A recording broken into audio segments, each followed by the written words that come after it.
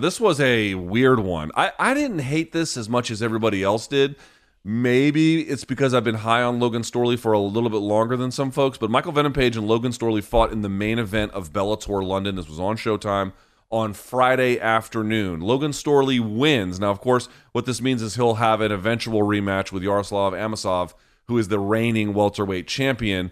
But there's some dispute about this, BC, because Bellator president Scott Coker afterwards saying, well, I actually thought MVP should have won because, yes, Storley had much better wrestling. About that, there is no debate. But the argument would be that he didn't do enough ground and pound or, positional advancement with the ground and pound to really make it count. Do you agree with Scott Coker? Is MVP the actual rightful winner of this contest?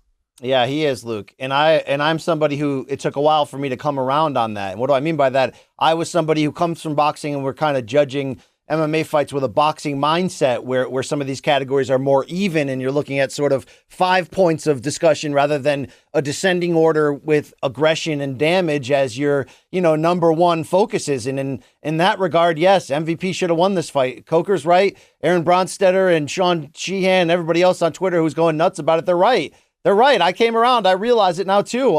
MVP did enough in the beginning of most of these rounds to have that argument, because when your boy Logan Storley took him down, and it was the right strategic move, but there was just no intention to inflict damage. And sometimes, Luke, people just fill activity, whether they're on the top or bottom, just to show the judges, look, I'm doing something. There wasn't even that. I know that he was trying to advance positions to set that up. I get that he's not just out there thinking lay and pray is the only way, but it got lay and pray-ish, and we are on the title level here. So this disparity that we have in rule changes in MMA and the way it leads to judging, and I finally stopped being ignorant and came around. Like, we got to get every commission aligned and every judge's mind and training aligned, and even those in the media and fan subset as well, because I never wanted to agree with it, but they're right. Logan Storley did shit with the position he got, Luke. You can't win a fight on that, let alone the championship. I don't think he did shit, but I would agree that he didn't do enough. The fact that the argument that he did nothing is not quite true.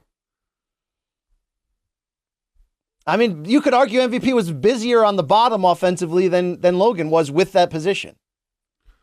Maybe in certain rounds. Except for round 5. Logan was good in round 5. Aggressive, yes. Middle of the cage, intention with the ground and pound. There's no debate over that round. Right. That one was a good round. And round 4 was clearly MVP's round. It's the first 3 where you're like, well, which way would this go? Now, I'm going to, like, Scott Coker's in an unenviable position because Dana gets killed for this too, but I don't know what the right answer is supposed to be. Like, what do you want from the promoter? Do you want the promoter to back the guy, the hometown guy, and just take his side and then promote it? Or do you want the promoter to be honest? Now, in this case, the two could be aligned, or depending on one's perspective, they could be not aligned. But, like, what do you want from a promoter when the wrong guy wins? What's the right answer for honesty. What they should do? You want honesty. It's just you typically assume you're not going to get it because promoters are, professional used car salesmen, and their whole setup of everything has to be calculated and with the intention of selling and attracting attention and all that.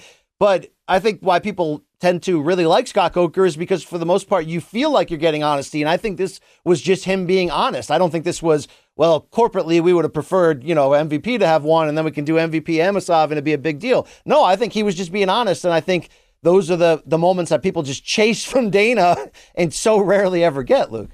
Okay, so there's 2 big stories here as far as I can tell. One is the scoring, and I agree that in general, the positional control of Storley was admirable, but insufficient by itself or with whatever, fairly minimal ground and pound he was able to get. I don't know if I would give all 3 of the first rounds to MVP. I'd have to go back and look, but certainly I would. I grant that there were 3 rounds for him there, and that should be quite clear.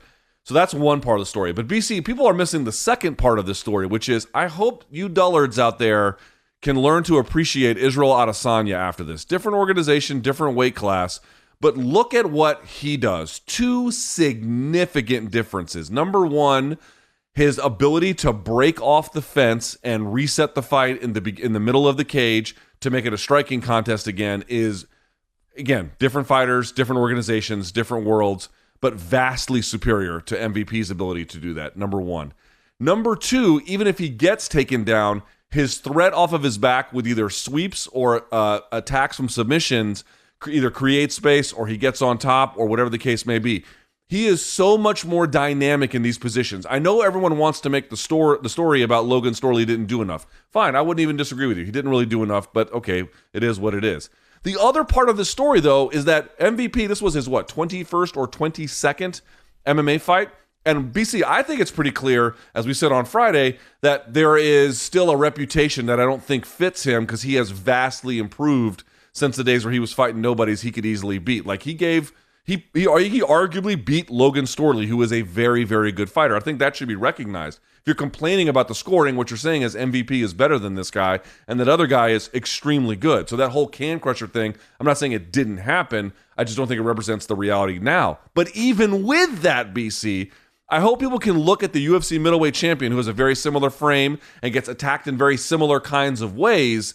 Look at the difference of what he is able to do to extricate himself or weaponize the position in ways that MVP, who is as good as anybody else in that Bellator welterweight division, simply cannot do. That, to me, is somewhat being lost a little bit here. While the spirit of what you're saying in the end is right, you're right. I mean, we're not comparing MVP and Adesanya, and the points you're making on what Adesanya has done to separate himself in some of these situations. He's grown and learned from it, but he also had to learn from it, Luke, in my opinion, because Adesanya said to the judges against Romero, here's my art project, judge it all you want. Decide whether I'm keeping this title or not. Even then, people disregard the leg kicks. Like, MVP doesn't, he leg kicks a little bit. No, but if your point is Adesanya versus MVP, you win the debate. But the Adesanya argument still had some holes. I wanted to point that out. And I think that why I need to point it out is because that's exactly what MVP did in this fight, and that upset me. He did what I said I saw Adesanya do against Romero, which is, look, it's the title fight. It's the biggest fight of your life. You can't leave no doubt. And I know, well, BC, how do you say that? He's getting taken down. He can't get up. Okay, I get that. I get the obstacle he was against. But even in the starts of the fourth and fifth, and I know this is why people make the argument for open scoring, so that at least the fighters can know. And I'm saying, hold on, I still want my entertainment and the suspense and the unknown, but shouldn't the fighter also realize the stakes and realize what he needs to do to prevent this from happening where he loses such a close decision? I didn't love that overall lack of urgency. I know that some of that is just his style. You know, it's like, I'm going to do my art project and it's up to you to decipher if you can understand it. I get mad at some Cuban boxers sometimes who are so beautiful, but they don't put the pressure on with it. As much as I thought Page should have won, even if he had won, I still think we would have come out of this fight going, I don't know if we really learned everything. I'll just say this, too, as like a general rule. If you really want to win at the elite level, and I would consider MVP and Logan Storley elite fighters, you can say wherever they would fall in the UFC's welterweight division, but they're good. They would beat good fighters in that division somewhere along the line. You need more than one way to win. You need more than one way to win. I've knocked UFC middleweight champion Israel Adesanya for that a little bit, but he is able to make it work, especially at middleweight, obviously where he's undefeated, by virtue of these facts that I have brought up. He has excellent takedown defense for the most part, certainly today. He can extricate himself off the fence. He has good clinch breaking, and then underneath he has good guard attacks and sweeps and whatnot. Like, he really gets busy with that. And so you can see that has weaponized these other positions that MVP has not. But Logan Storley was able to like strike his way through Neiman Gracie. That was winning a different way, and he sort of wrestled his way here. For the elite fighters out there, you should really pay attention to this. Who is able to win a fight genuinely, in multiple different ways? This is why Charles Oliveira is such a fucking threat, BC, right? We're talking about different fighter, different organization. But again, it goes back to it. He can beat you anywhere on the floor for the most part. I mean, we'll see about that, but certainly he is very gifted there. On the feet now is very gifted. In the clinch is very gifted. Dude, he's just a complete offensive machine in all these dimensions. And you're seeing now today, BC, very good fighters, elite ones, guys able to get very far up the list, but they've only really got one way to win. The guys who are going to separate themselves from the pack are going to be the guys or the ladies who have genuinely multiple ways to win a fight against even other elite opposition. And I think if they're missing that, they're going to have some problems. Although you could make that argument about Logan Storley in this case. I was just going to make that argument. I was going to put him under that same microscope and say that I think your breakdown is perfect. In regards to Storley, though, Was it a case of not having that second way to win, or was it a case in your eyes, not mine, in your eyes, of Storley looking at the equation in front of him? If he stood and trade with MVP and he did get pieced up enough to get the feel of what's coming, that it would, he wouldn't have a chance to win the title. So was this just the smart strategic way to go, even if I thought he didn't do anything on top? I wonder, that could be. I also wonder, like, the Neiman Gracie fight was pretty brutal, and it was not that long ago.